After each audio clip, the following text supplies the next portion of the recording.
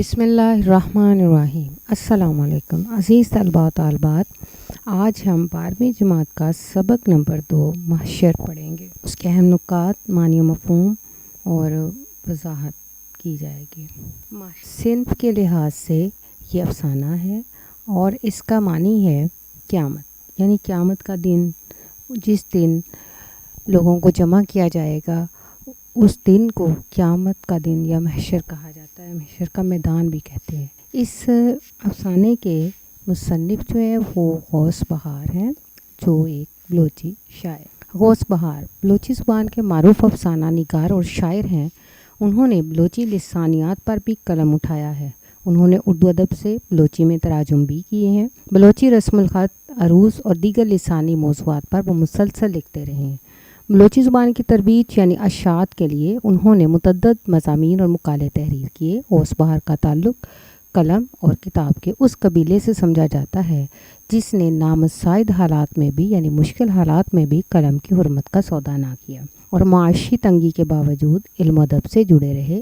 لسانیات پر ان کی 3 کتابیں شائع ہوئیں، 2 بلوچی افسانوی مجموعے زرگوات اور کرکٹینگ کے علاوہ بلوچی شاعری کا ایک مجموعہ بدیکن بلور ان کی ادبی ورثے کا حصہ ہے۔ غوث بہار نے کوئٹہ میں 2018 میں وفات پائی۔ سبق محشر پڑھنے سے طلبہ پر یہ بات واضح ہوگی کہ اقوام عالم کی پہچان و شناخت دراصل ان کا عمل اور کردار ہوتا ہے۔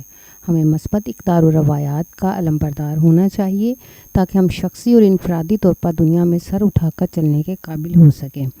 ہر کوئی انفرادی طور پر اپنی عادات و اطوار کی اصلاح کرتے ہوئے ذہن دل سے حسد، بغض، نفرت، ریاکاری، دھوکے اور فریب جیسی شخصی خامیوں کو ختم کر کے اخوت، بھائی چارے، رواداری، جذبہ اظہار و قربانی کو فروغ دے گا تو آگے چل کر یہ قوم کا مزاج بن جائے گا، کیونکہ قومیں افراد سے بنتی ہیں اور ہر فرد ملت کے مقدر کا ستارہ ہوتا ہے۔ محشر افسانے کے اہم نکات کے حوالے سے ہم بات کریں گے۔ اس کے جو خاص الفاظ ہیں، اس میں آپ دیکھیں کہ سوا نیزے پر ہونا۔ سوا نیزے پر ہونا یہ قیامت کا شدید گرمی، سورج کا سوا نیزے پر آنا، بالکل بہت نیچے آنا۔ ایک نیزہ تقریباً 10 سے 12 فٹ کا ہوتا ہے، تو اتنے فاصلے پہ سورج کا آ جانا، اور چٹیل میدان ہوتا ہے، وسیع ناہموار جگہ جہاں درخت اور پانی نہیں ہوتا، پانی وغیرہ نہیں ہوتا، پودے نہیں ہوتے، سفید پوش شریف لوگوں کو کہا جاتا ہے۔ اور سور یہ وہ آلہ ہے جس سے سینگ نمائک، جس سے سور پھونکا جائے گا قیامت کے دن۔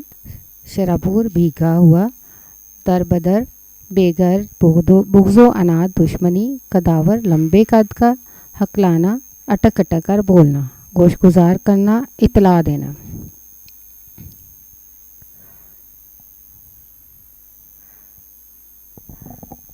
دوپہر کا وقت تھا، سورج سوا نیزے پر کھڑا تھا۔ گرمی کی شدت نے چیونٹیوں اور پرندوں سے لے کر چیتوں اور ہاتھیوں تک کو پریشان کر رکھا تھا۔ یہاں تک نگاہیں پہنچ سکتی تھیں، دنیا ایک چٹیل میدان نظر آ رہی تھی اور زمین ایک تپتے ہوئے توے کی مانی تھی۔ اس پیراگراف میں انہوں نے ایک تو دوپہر کا وقت بتایا، گرمی کی شدت بہت زیادہ ہوتی ہے، پھر سورج کا وہ کہتے ہیں کہ سوا نیزے پر ہونا۔ سورج سوا نیزے پر کھڑا تھا، 10 سے 12 فٹ کے فاصلے پر، یعنی بالکل اوپر، کم فاصلہ رہ گیا تھا سورج اور زمین کے درمیان۔